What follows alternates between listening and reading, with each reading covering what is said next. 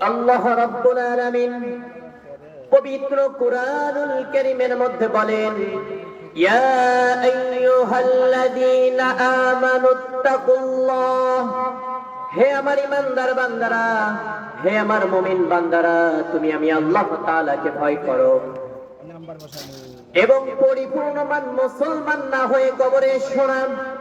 আল্লাহ রাব্বুল আলামিন পবিত্র কুরআনুল কারীমের মধ্যে বলেন, হে আমার ঈমানদার বান্দারা, তুমি আমি আল্লাহ তাআলাকে ভয় করো এবং পরিপূর্ণমান মুসলমান না হয়ে কবরে এসিও না। আল্লাহ রাব্বুল আলামিন পবিত্র কুরআনুল কারীমের কোন অংশে বলেন নাই তুমি ডক্টর না হয়ে কবরে এসো না। আল্লাহ রাব্বুল আলামিন পবিত্র কুরআনুল কারীমের কোন অংশে বলেন নাই তুমি এমপি না হয়ে কবরে এসো না।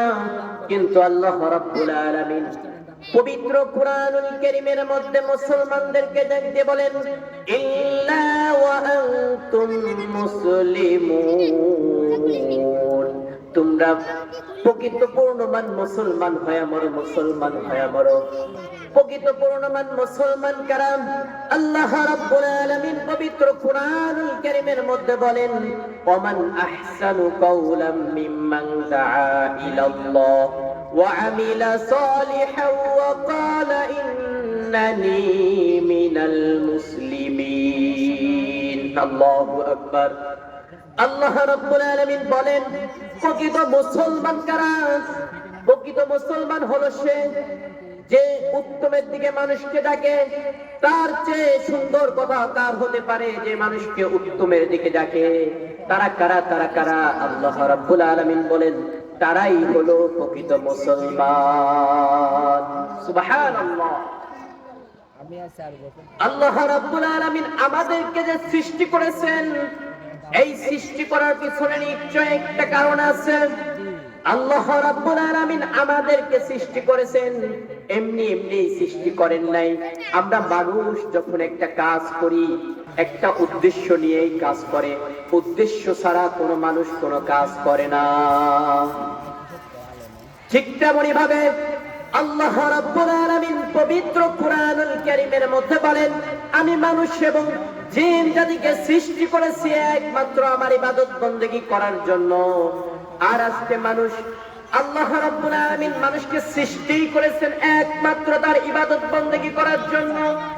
কিন্তু আজকে আমরা মানুষ জাতি আল্লাহ রাব্বুল আলামিন যে আমাদেরকে ইবাদত বন্দেগী করার জন্য সৃষ্টি করেছেন, সেই দিকে লক্ষ্য না রেখে আল্লাহ রাব্বুল আলামিন যে আমাদের যেই আদেশটা দিয়েছেন সেদিকে লক্ষ্য না রেখে আজকে যারা ইবাদত বন্দেগী করা তো দূরের কথা, যারা ইবাদত বন্দেগী করতে যায় তাদেরকেও বাধা প্রদান করে। এমন মুসলমান বাংলার জমিনে আছে না নাই?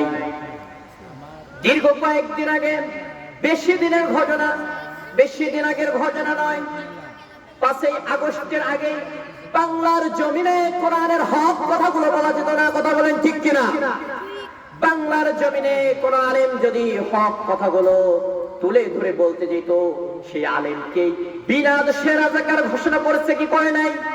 এমনকি শুধু রাজাকার বলেই ছেড়ে দেননি, এই বাংলার জমিনে যেই ব্যক্তি হক কথাগুলো বলতে গিয়েছে, কোরআনের হক আলোচনা করতে গিয়েছে, কোরআনের তাফসীর করতে করে মানুষকে শোনাতে গিয়েছে, ঠিক নবী করিম সাল্লাল্লাহু আলাইহি ওয়াসাল্লামের যুগে যেমন নবী করিম সাল্লাল্লাহু আলাইহি ওয়াসাল্লাম যখন মানুষকে ইসলামের দাওয়াত দিতেন, মানুষকে ইসলামের কথা শোনাতেন, যেভাবে নবী সাল্লাল্লাহু আলাইহি ওয়াসাল্লামকে বাধা প্রদান করেছেন, ঠিক তেমনি ভাবে বাংলার জমিনে 5ই আগস্টের আগে এমন একটা সময় এসেছিল, আলেম ওলামা তাফসীর মাহফিলে কোরআনের হক কথাগুলো যখনই মানুষের সামনে উপস্থাপনা করতে যাইতো, সেই আলেমকে রাজাকার, শুধু রাজাকার নয়, ধর্ষণ বলেও কারাগারে আটকে রেখেছেন। কথা বলেন ঠিক কিনা?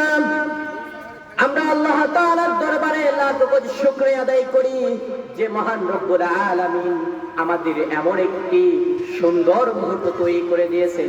ওই মহান রবের দরবারে শুকরিয়া আদায় করার দরকার আছে না নাই?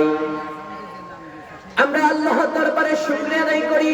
আলহামদুলিল্লাহ, আল্লাহ রাব্বুল আলামিন আজকে আমাদেরকে দেশে দ্বিতীয় স্বাধীনতা দিয়েছেন। আমি এই মাহফিল থেকে একটা কথা স্পষ্ট ভাবে জানাই দিতে চাই, যারা 5ই আগস্টের আগে যারা এত ধুমকি ধামকি দিয়েছো, তোমাদের কোনো লাভ নাই। যেই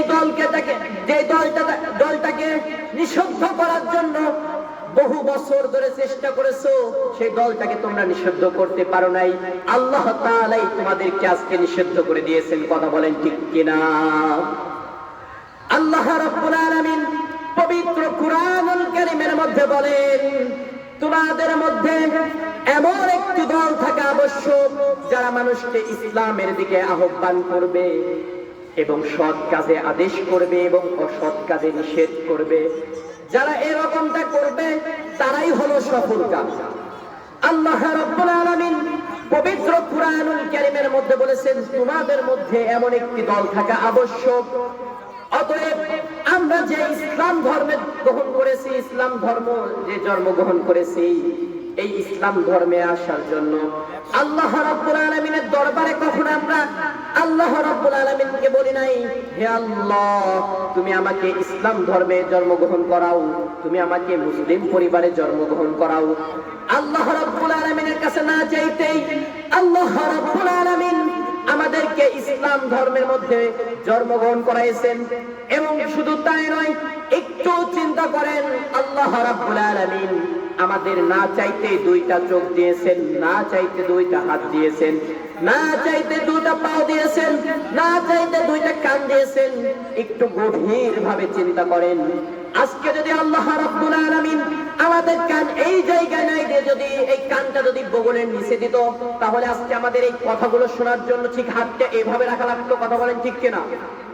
কিন্তু আল্লাহ রাব্বুল আলামিন সুন্দর করে মানুষকে যেভাবে সৃষ্টি করা যায়, যেভাবে সৃষ্টি করলে মানুষ সুন্দরভাবে চলাফেরা করতে পারবে, আল্লাহ রাব্বুল আলামিন সেভাবেই আমাদেরকে সৃষ্টি করেছেন। এই জন্য আল্লাহর শুকরিয়া আদায় করতে হবে। এমনকি শুধু তাই নয়, আল্লাহ রাব্বুল আলামিন পবিত্র কুরআনুল কারীমের মধ্যে বলেন, লা ইন শাকারতুম লা আযীদান্নাকুম ওয়া লা ইন কাফারতুম ইন্না আযাবী লাশাদীদ। যে ব্যক্তি আমার শুকরিয়া আদায় করবে তার নিয়ামতটাকে আমি বাড়াইয়ে দেব, এবং যে ব্যক্তি আমার শুকর আদায় করবে না তার নিয়ামতটাকে আমি ছিনিয়ে নেব, এবং ইন্না আযাবী লাশাদীদ, তাকে আমি আযাবের ফেরেশতা দ্বারা গ্রেফতার করব। আল্লাহ রাব্বুল আলামিন আমাদেরকে 5ই আগস্টের পর যে একটা স্বাধীনতা দিয়েছেন, এটার জন্য শুকরিয়া আদায় করার দরকার আছে না নাই? অবশ্যই আছে।